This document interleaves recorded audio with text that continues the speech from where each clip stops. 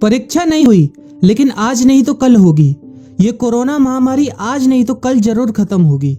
School colleges कभी ना खुलें, ऐसा नहीं होगा। अभ्यास करते रहोगे तो कोई पछतावा नहीं होगा।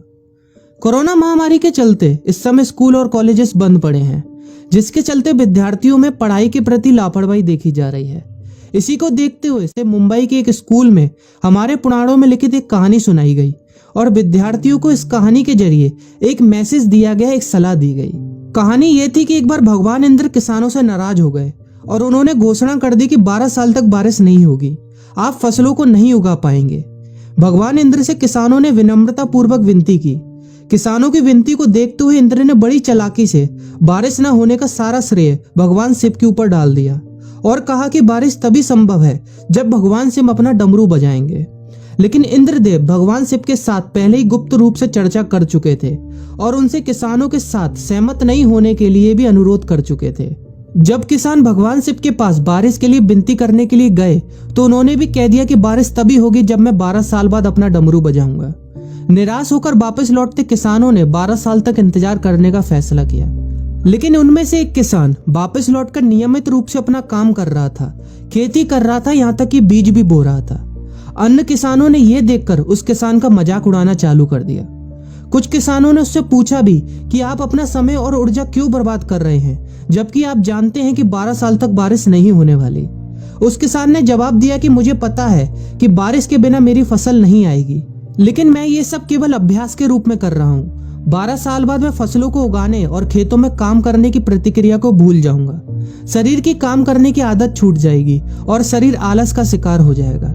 इसलिए मैं अभ्यास करता रहता हूँ कि जब 12 साल बाद बारिश होगी तो मुझे काम करने में मुश्किल नहीं होगी। जब इस किसान की यह बात पार्वती जी को पता चली तो उन्होंने भी चिंतित होकर शिव जी से कहा, आप भी 12 साल बाद डमरू बजाना भूल सकते हैं। यह सुनकर भगवान शिव भी चिंतित हो गए, इसलिए कहीं वो डमरू बजाना भूल तो नहीं गए, इसकी जांच करने की सोची और अपना डमरू उठाकर बजाने की कोशिश करने लगे।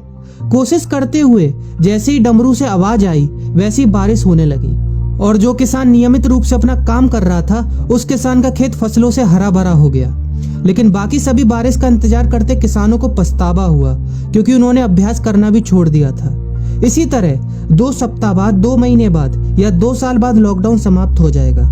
कोरोना महामारी भी खत्म हो जाएगी। इसे घूरने या इस महामारी के खत्म होने तक का इंतजार करने से बेहतर है कि आप जिस कक्षा में हैं या जिस अगली कक्षा में जाने वाले हैं उसका अध्ययन करें। पुस्तकों का अध्ययन करके अपने कौशल को तेज करें। आपके पास जो ज्ञान है उसे और बढ़ाएं। इस समय का इस्तेमाल करें और ये सोचें कि आप और भी बेहतर कैसे कर सकते हैं, क्योंकि डमरू कभी भी बच सकता है। इसलिए अभ्यास करते रहें। अभ्यास ही गुणवत्ता का सार है। अभ्यास ही है जो आपको किसी भी क्षेत्र में पूर्ण बनाता है।